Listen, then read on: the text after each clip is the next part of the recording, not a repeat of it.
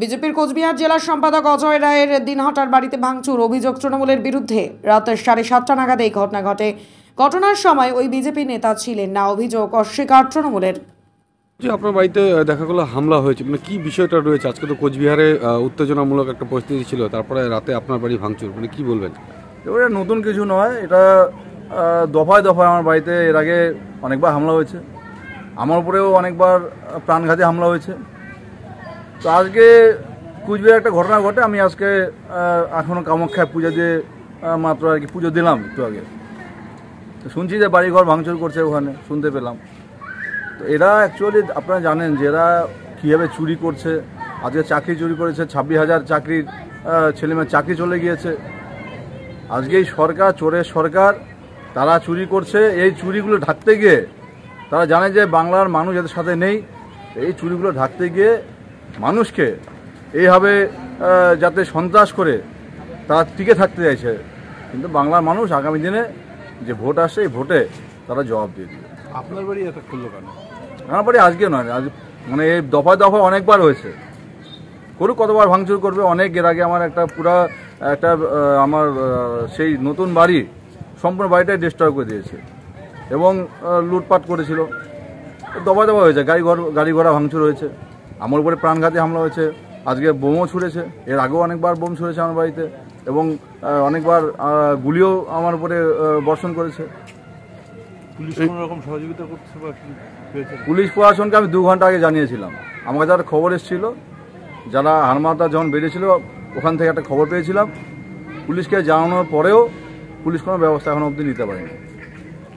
থানায় অভিযোগ জানাবেন? এখানে তো পুলিশ বলতে কিছু নেই, প্রশাসন বলতে কিছু নেই। শাসক যেভাবে চালায়, এটা শাসকের ক্যাডার বলতে পারেন। কেউ অঞ্চল সভাপতি, কেউ টাউন ব্লক সভাপতি, এটা হলো পুলিশের ভূমিকা। অভিযোগ করবেন থানায়? নিশ্চয়ই করবো, অভিযোগ তো করতেই হবে। রাজ্য নেতৃত্বকেও জানাচ্ছেন বিষয়টা? আমি এখনও কারোর সাথে কথা হয়নি, আমি মাত্র পুজো দিয়ে এখন ঘরে ঢুকবো, তারপরে আমি জানাচ্ছি সবাইকে। অজয় রায় বাঁচে আছে না মরে গেছে এ তো আমার জানা নাই। দিনহাটা শহরে আমি কোনোদিন দেখি না। তবে আমি এটা বলবো যে আমাদের লোকরা এই কাজ করে না।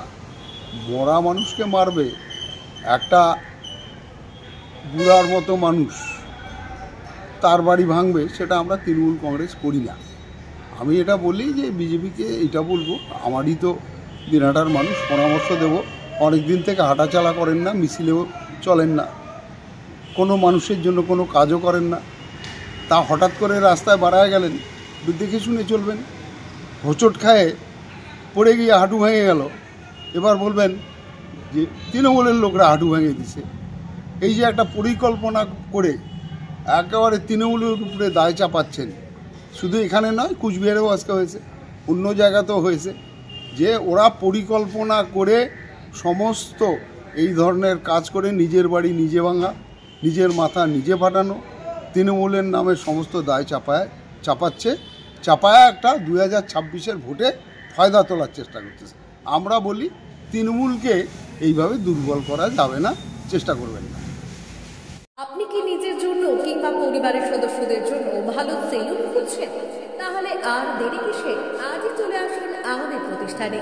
উন্নত মানের পরিষেবা পৌঁছে দিতে মাথাভাঙা শহরে এই প্রথম হাজির উন্নত মানের saloon translate professional, the ultimate saloon destination for ladies and gents. আমাদের এখানে যত্ন সহকারে ছেলেদের হেয়ার কাট, মেয়েদের হেয়ার কাট সহ পার্লারের সমস্ত ধরনের কাজ করা হয়ে থাকে। Special service, hair straightening, hair smoothing, keratin, botox, facial অতি যত্ন সহকারে করা হয়। এছাড়াও আমাদের এখানে পাবেন pedicure, wax, bleach, threading, eyebrow, hair spa, hair colour, oil ম্যাসাজের মতো পরিষেবাগুলি। সেই সাথে রয়েছে দুর্দান্ত অফার। তাই দুর্দান্ত অফারের সুবিধা নিতে আজই চলে আসুন আমাদের প্রতিষ্ঠানে কিংবা যোগাযোগ করুন আমাদের সাথে। আমাদের ঠিকানা মাথাভাঙা থানা পাড়া রোড এবং পচাগড় সুজুকি শোরুমের পাশে।